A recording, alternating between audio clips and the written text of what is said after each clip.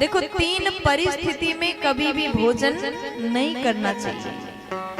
पहला, अगर आपको भूख ना हो तो भी भोजन मत करिए। दूसरा परिस्थिति, खिलाने वाले व्यक्ति के मन में यदि प्रेम भाव ना हो तो भी भोजन नहीं करना चाहिए।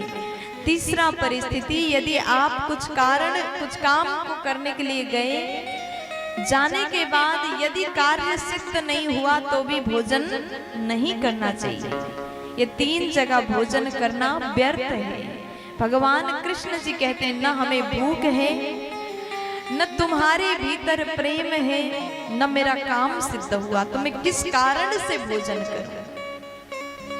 भगवान वहां से निकल गए और जैसे विदुर जी के घर में भगवान गए, विदुर जी महाराज तो मिठाई खरीदने के लिए बाजार गए। घर में विदुर जी की धर्म पत्नी है, विदुरानी जी हैं। जैसे कन्हैया जाकर के दरवाजा को बजाते हैं, भगवान ने गेट बजाया। भीतर से जैसे विदुरानी ने गेट को खोला, सामने साक्षात भगवान को देख करके अत्यंत आनंदित हो जाती है। अब प्रेम में भगवान को कहा कि प्रभु आप आ जाइए, स्वागतम स्वागतम प्रभु, आप मेरे घर पधारे। ये हमारा परम सौभाग्य है कि आप हमारे घर में आए, हम जैसे स्वागत किया। उसके बाद भगवान को कभी आसन में विराजमान कराती है, कभी वहां से उठाती है, फिर कभी इधर बिठाती, कभी उधर बिठाती है। भगवान बैठ रहे हैं, उठ रहे हैं, कभी आसन को सीधा करती है, कभी उल्टा करती है। प्रेम में पागलों की तरह विदुरानी रोती रोती भगवान को विराजमान कराई। उसके बाद में विदुरानी भगवान के सन्मुख बैठ जाती है और कहती है कि प्रभु ये बताइए आप ठीक हो, घर में सब कैसे हैं, मैया पापा कैसे हैं, पिताजी कैसे हैं। तो उसके बाद भगवान बोले, माँ आप ये सवाल बाद में करना, लेकिन पहले हमें बहुत तेज भूख लगी है, कुछ खिला दो। देखिए, आज ब्रह्मांड के मालिक, ब्रह्मांड नायक भगवान अपने उदर में हाथ फेरते हुए विदुरानी से कहते हैं कि मैया मुझे कुछ खाने के लिए दीजिए।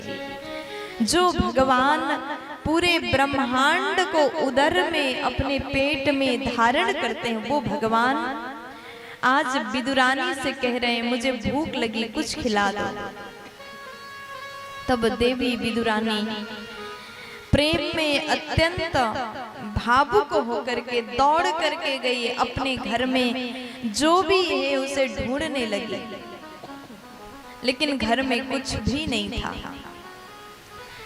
विदुर जी के घर में कुछ भी नहीं है, अन्न नहीं है, कच्चा केला रखा हुआ था।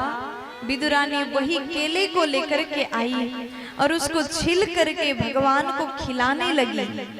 आज विदुरानी ने केला नहीं खिलाया, केले की छिलका खिलाया। विदुरानी खिलाती रही, भगवान खाते रहे, विदुरानी खिलाती रही, भगवान खाते गए। इतना तेज भूख था, कम से कम 20-25 कच्चे केले के छिलके आज गोविंद ने खाए।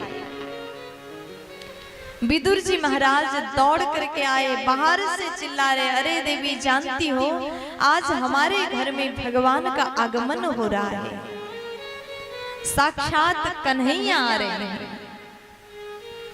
जैसे विदुरानी ने भगवान को केला खिलाया, विदुरानी को आज होश नहीं। भगवान को देखने के बाद विदुरानी सब कुछ भूल गई।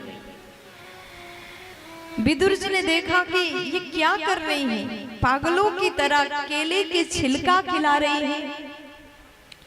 भगवान के गले में कितना कष्ट हो रहा होगा। जल्दी से कच्चे केले के छिलका को फेंक दिया और उसके बाद विदुर जी ने मिठाई निकाल करके कन्हैया को मिठाई खिलाया और पूछा कि कान्हा अब आपको सही लग रहा है, कहीं गले में तकलीफ तो नहीं है, दर्द तो नहीं है, क्षमा करिएगा, मेरी पत्नी से भूल हो गया, ये आपके प्रेम में पागल हो चुकी है।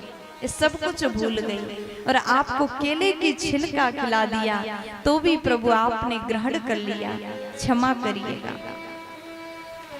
थोड़ी देर बाद विदुर जी महाराज भगवान से पूछते हैं, प्रभु ये बताइए अब आपको अच्छा लग रहा है, मिठाई में स्वाद तो है ना प्रभु? तब भगवान कृष्ण जी मुस्कुरा करके कहते हैं कि विदुर जी आपने जो मिठाई खिलाया ना इसमें स्वाद बहुत है, लेकिन मैं अपने दिल की बात कहूं तो जो स्वाद मिठाई में है, यहाँ से मिठाई से ज्ञान का स्वाद आ रहा है, लेकिन विदुरानी ने जो केले के छिलके खिलाए उस कच्चे केले के छिलके में से ज्ञान का नहीं प्रेम का स्वाद आ रहा था, प्रेम का स्वाद आ रहा था।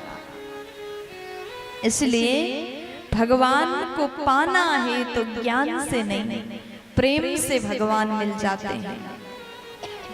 लोग कहते हैं हम इतने बड़े ज्ञानी हैं, हमने ये पढ़ लिया वो पढ़ लिया, ज्ञान से कभी भगवान नहीं मिलते, प्रेम से भगवान मिलते हैं।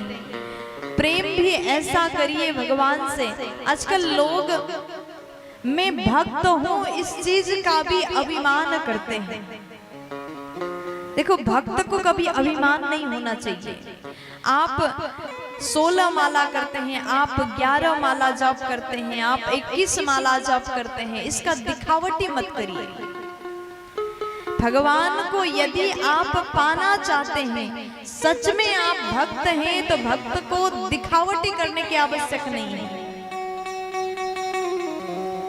अगर भक्ति का भी यदि अभिमान हुआ तो भगवान आपको मिलने वाले नहीं है। साधारण नहीं रहिए, सहज बनिए, सरल स्वभाव अपने भीतर लाइए, बस निष्कपट निश्चल भक्ति करिए।